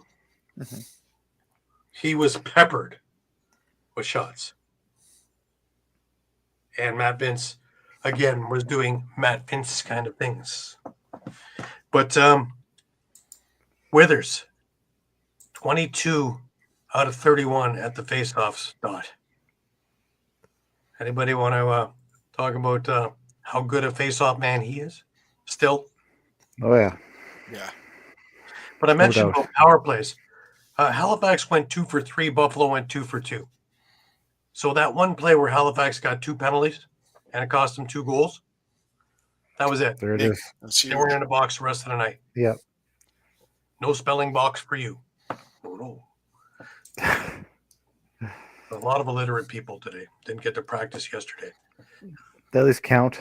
They did a lot of counting, though. A lot of the counting. Okay. Got to count up to 15, right? So you take off a shoe. So fingers and toes, yeah. Yeah, and take up one shoe. Some took up 2. I can at least count to 10. What's funny is if you can count, never mind. How many beers you have? Well, I counted to 12. Right on. But yeah, what a game. Yeah. What a game. Yeah. But it just, I was much more comfortable with this Bandits team rolling back about 4 weeks ago. The Bandits team that I've watched in the second half, number one, up until 2 weeks ago, they were 4-4 in the second half. But even now, with a couple more victories, they still aren't coming easy. They are working like anything to try and get it, which sometimes means character building. Because if they've got to go and earn it, then they don't have to put it into another gear in playoff time. So it might work to their advantage. That, they say, the best workout you get is when you're not feeling it at the gym and you get through it. Well, when you're not feeling it on the floor there and you still find a way to win, winners win. Yeah. Right. So they still scare me. But there's teams out there that I put on my list of, boy, they scare me more. Yeah. The Bandits, you know what you're going to get. And Kluche's out now too, right? He's been hurt for the last 2 weeks. So you have one less weapon. I know Nanako got banged up at the beginning of the game. He played the rest of the game, but he was banged up right from the get-go. So they play a physical team. Remember, they just played, or in the middle of playing 12 games in 10 weeks. Mm-hmm. So they're feeling it. And they're not as young as some of the other teams. Vancouver's much younger. Rochester's much younger. Both of them scare the daylights out of me right now. And they're feeling it. And there's tons of scoring. And there's solid defense. And the guys believe in each other. And, you go on and on and on. You can put every cliche you want out there. Yeah, and now they have to go down to Georgia and play a Swarm team that, we talked about. We can't figure out. Yeah, this team's got its back against the wall now. Yeah. So you want to talk about you're not sure what you're going to get out of them. Now it's he didn't look. No. He didn't look Milkman-esque. He was a 9 for 31. But against Jake Withers, that's you can excuse that one, I think. Yeah. But even the rest of it, he's the fan favorite. Everybody loves him. Really great guy too. But he really was a non-factor last night. You mentioned him being a great guy. I actually got the chance to meet him before the Albany Buffalo game. He, weirdly enough, played lacrosse and football with my cousin back at East HM. So it's a really, really small world, which is really cool to know. So just kind of getting the first chance to meet him was really, really awesome. But you guys are speaking at best. 9 for 31 is not good. No. And especially, after that win last week against Colorado, you think that they would have a bit more oomph going in, saying like, we want to continue to rise up the standings. We want to make sure we separate ourselves from the pack. And like, yes, they're doing so, but they're not doing it as convincingly as they want, as they want to do. Because they do go on that 3-goal run right at the end to just find a way to push themselves ahead. But earlier in the season, they win this game by 8.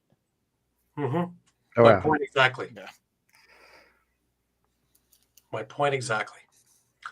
But we'll see. Next week's another week, and then we have playoffs, right? So, do I expect to see upsets? I have this sneaking suspicion. Years of, no, I don't think so. This time around, for some reason, there's going to be one game, if not two, that we were going to go, what?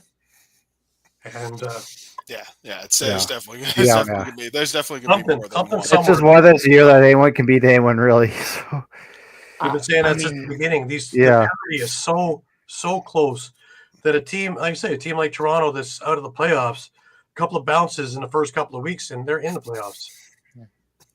Yeah. So it is what it is.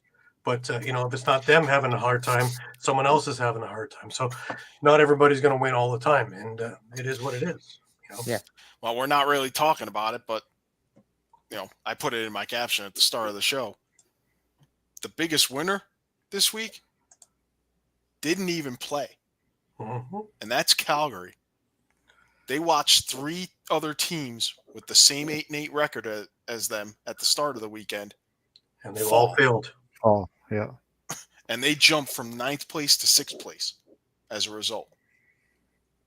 And their reward is a doubleheader, but that first one's against Vegas. And then the second one is against Colorado. We'll get to in a minute. Yeah. And the wonderful game that they played today.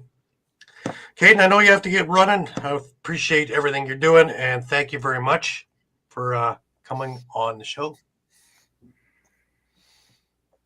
Nope. We'll put a mic on for you. He's containing his excitement. Yeah. He's containing his excitement.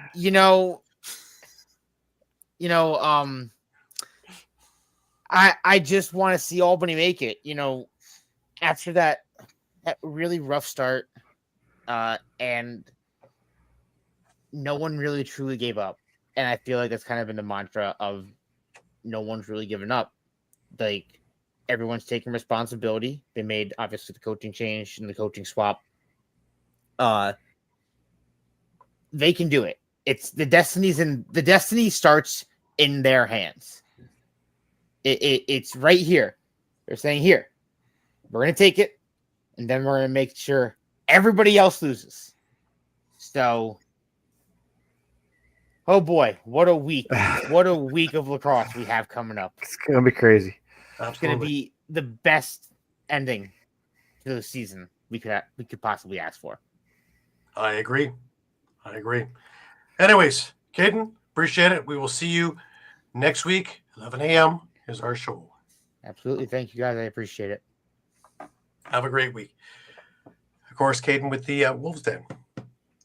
Brings us to one last game, Shawn. Yeah, our afternoon matinee here. Scores his 400th career point.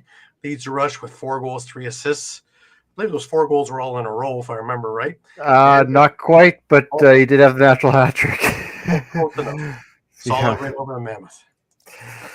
Yeah, and also Shiliano moves into 9th all time and wins now, passing Dallas Iliak. So he's in really good company now for all those naysayers. But what can you say about this game? Saskatchewan did start a little slow. Will Malcolm came out with the power play goal. Then, Saskatchewan's transition game has kicked it in another gear, which they usually do, right? Jake Boudreau, power play, ties it up. Thomas Vela comes back to make it 2-1. Brian Keenan then scores to round it out in the first quarter, 2-2, and then the Mounds just disappeared. They went extinct. they didn't show up in the second quarter and didn't show up in the third quarter either. Saskatchewan went on an 8-goal run between that. It's just just like the last time these two teams met, pretty much. And yeah, like you said, Levi Ashton started that scoring with an unbelievable swing move. Chance to get him back in that lineup, and he can show what he can do. Then, like I said, natural hat trick by Austin Shanks, Robert Church, Shanks with his fourth, Ryan Keenan and Zach Manson. It's 10-2 Saskatchewan heading into the fourth. And yeah, I mean, Colorado did come up, outscored Saskatchewan 4-1 in the fourth quarter, but I mean, at that point, it's almost too little, too late, really. Another thing that, at least for Saskatchewan, I'll highlight, they've really been struggling on the power play. Finally, they went 2 for 3, looked much better there. Jake Naso, 16 for 21 on the faceoffs, and I believe actually Will Malcolm was taking some faceoffs for Colorado. So I think they're trying to figure things out because Tim Edwards hasn't really had the best of years on that faceoff dot right now, so they're trying to figure that out. And yeah, I mean, you wonder where that defense is with Colorado too. I mean, Dylan Ward was peppered with 61 shots. I mean, he can't stop them all. And I don't know where else to go with that. It was just really a one-sided game from the second quarter on. Yeah, where you expect them to come out and actually have a bit of life, they were dead in the water. They had nothing. Yeah. And the one goal that they did score got called back. And to me, it was very lazy. I didn't, they were trying to walk out of the crease. Wouldn't you, if you were in possession, try and dive anything to get out of the crease area? Well, yeah, and I know they kind of mentioned the broadcast too. You looked at some of the shots that Colorado was taking. A lot of it was just kind of early in the shot clock. They weren't really trying to make any plays. It's just kind of like a couple passes and then shoot. Especially with a guy like Frank Chilion, where you got to get him moving. Yeah, he's going to stop what he can see. Every single time. Well, if anything, Saskatchewan showed they're firing on all cylinders and ready, willing, and able. Yeah. Mammoth couldn't pick up a ball. Yeah. And yeah. Yeah, and I mean, like you guys mentioned with Buffalo winning, I mean, that locks up second place for Saskatchewan. So, I mean, at this point, they're just playing not to get hurt, really. And it'll be interesting to see actually what they do with Ottawa, whether, especially with Frank, because I know what we've seen in past years, whether maybe they might sit him or give him maybe a half play, kind of like an exhibition game, just rest him for the playoffs. Guys that can easily pull it off, too. Oh, yeah. But if I can pull this up, our standings. Here we are. There we are. And well, here's the big log jam. Right, the Calgary, Georgia, San Diego, Ottawa, Colorado, even Albany, Philadelphia on the outside opportunity. So it's anybody's ball game. But yeah, interesting. And I want to highlight the one just above it too. There's 3 teams at 10 and 7, and that's the 3, 4, 5 spot. So, yes, that's home advantage. And let's not forget too that Calgary's in a position with their doubleheader that if all those other teams lose and they end up 10 and 8, maybe they jump up and get a home game. Now, Rochester, Calgary, who's got the tiebreak there, Mike? I believe that is going to be. Let me have a look. Rochester has a tiebreak on Calgary. Okay. So. All right. Just thought I'd look at that one, but this week, of course. And then Calgary's 1-1 against Vancouver, and they're 1-0 against Halifax. So. Right. But interesting games too. The Albany San Diego game. Each of them have a stake in it, so that's gonna be a hell of a game. Rochester, of course, will want to play hard against Toronto or do they want to mail it in? If it doesn't look like they're going to have a home playoff game, maybe they want to drop a little further in the standings to avoid Vancouver. Or am I being too cerebral about this? No, if there's one team I don't want to meet in the playoffs right now, it's Vancouver. Yeah, that's what I mean. Even if I have home field, I don't care. With Halifax, I would, yeah. So, Buffalo, Georgia. Georgia needs lightning. Yeah. Hey, real quick. So, if Calgary does win out and Rochester, Vancouver, Halifax all lose, that's a 4-way tie at 10-8. Seedings would be as follows: Vancouver number 3, Rochester number 4. So they would get home games.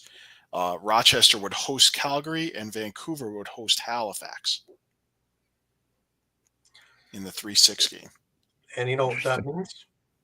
It would be if Buffalo and Saskatchewan would win theirs. It would be Buffalo plays Vancouver and Saskatchewan is Rochester, which goes into something that I would love to see.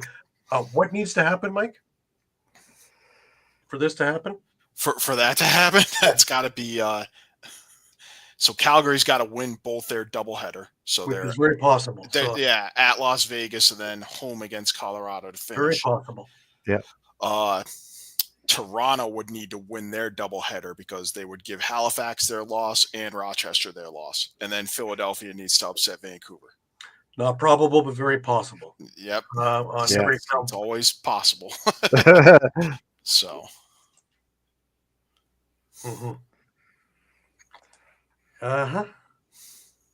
150,000. Wow. Phenomenal.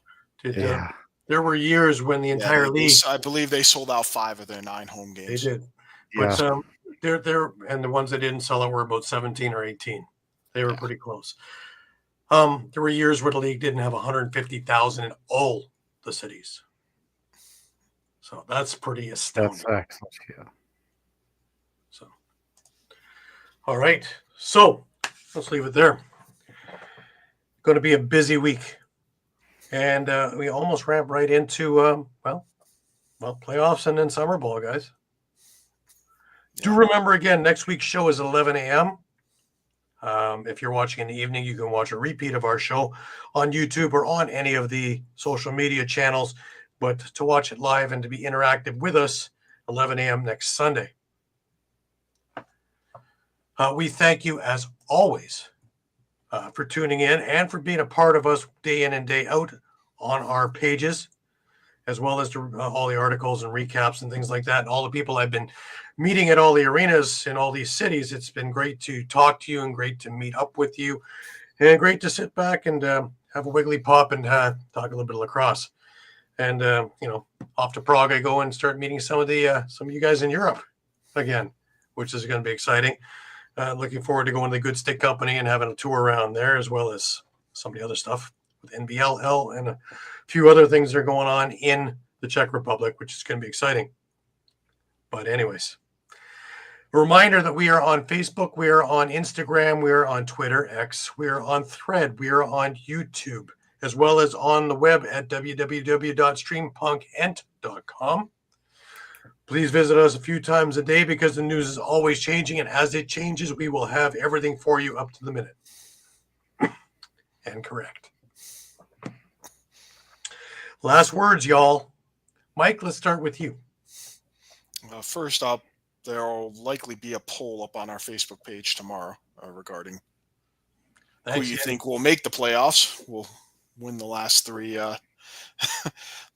spots. The finals. That would be the finals, yes. The finals. Yep.